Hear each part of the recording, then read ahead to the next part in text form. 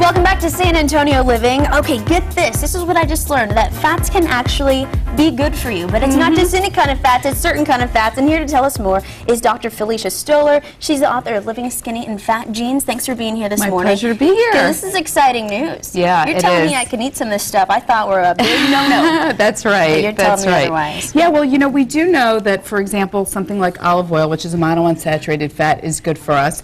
But what we also know is that polyunsaturated fats found, for example, in this Malaysian palm fruit oil, you can see the beautiful color of it here. Oh, yeah. What's really nice about it, it has a unique saturated to polyunsaturated profile, and it also has, you see the beautiful color, that's beta carotene in there, and it has something called tocotrienols, which are very, very potent vitamin E compounds in there, and it's found in some of these products. I know you got excited about the Nutella.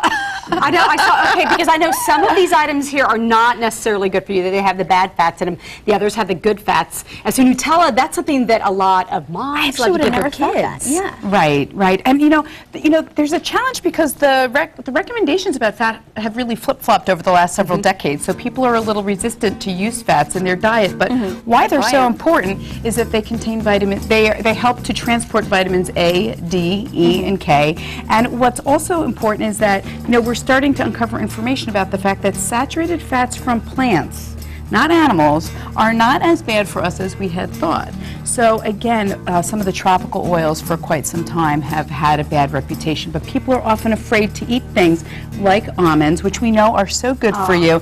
And what's really nice, almonds are among my favorite and the easiest. You can count them out. It's 25 almonds is a serving, right? It's a little easier than counting out walnuts. I was told you needed to actually weigh your almonds. It was 1 ounce, and it might vary from 18, maybe 22, but it's always 25. It's like about 25, you know, Okay. depending on the size of the almond, but it's real easy, you know, 22 to 25 almonds, you know you're getting your serving. And avocados, you know, hello, we're in Texas. This is a very big part of your diet here. Oh, yeah. And you know, you can eat you can really eat a whole or a half of an avocado every day. And people say to me, do they have cholesterol in them? No, they don't. They have fats in them, but they don't have cholesterol in them.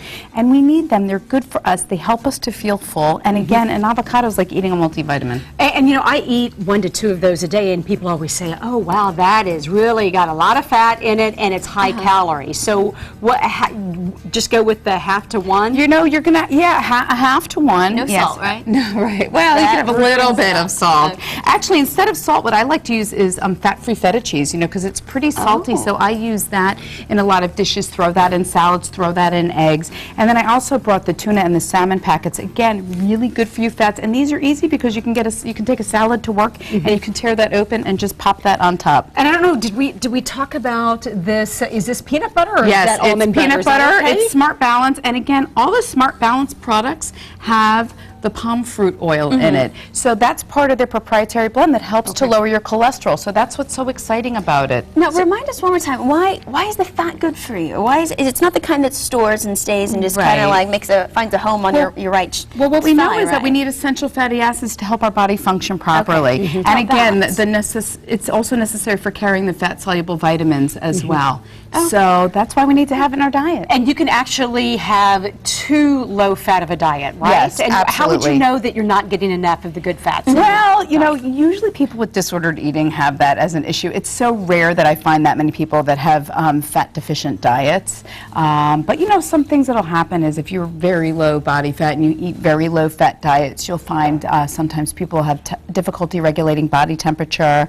They sometimes start to grow a little bit of extra hair on their body as the body's way of trying to cope with the inability to self-regulate itself. So. Well, we definitely covered all the fats that are good for you. So if you're going to stock up in any fats, you definitely want to try this side of the table. That's right. But here on, We need to talk I'm to Leslie thinking side. maybe this is what you got to do in moderation. And you know, it's so interesting because you could very harmlessly pick something up and not realize how many grams of fat are in something. And you know, these were all at the grocery store at the cash register on the way out. I just want to show you that this has 500 calories in it and 23 grams of fat. Okay, now somebody like myself only needs to eat 1,600 calories a day. That's 1/3 of my daily caloric intake need. It's like 2 meals. That's right. It's a lot. So we think it's a grab-and-go snack, but it's not a better-for-you snack. And all of these things taste great. You know, sometimes people have these in the office, and of Comfort course, food. it was on sale, and you grab it, and 1/8 of this cake is a serving, and it's just, you know, you have to think about, do I want to eat this? Like, I personally would rather have a better for-me fat because I don't feel guilty after I eat that. And you need to start thinking about the sugars that go with it. Oh my gosh. And listen, even with these chips, there are always healthier chips that you can find in the store. I challenge people to always turn foods over, look at the label, look at the total calories, look at the grams of fat, and that's what's really important for, you know, maintaining overall health and wellness. And look, a lot of people are concerned with their weight. Right. So- And overall health and the weight of their kids and then their significant others as well. What do you do to splurge, though? I mean, we all have to like have cheat something where days. you feel I don't know, a little cheat days. rewarded. Where's What do you the do? vodka guy coming up? I don't You do have the vodka guy. You know what? I do like my nice little serving of a honey bun, maybe like once a month. I'll take a Yeah. bite of it and get my craving out You of the know, way. even those little, I love mini cupcakes and cake pops, like they're so small, it's just enough. If you just have a little taste, there was some research looking at just taking, you know, little portions, little bites, that's enough to satisfy you.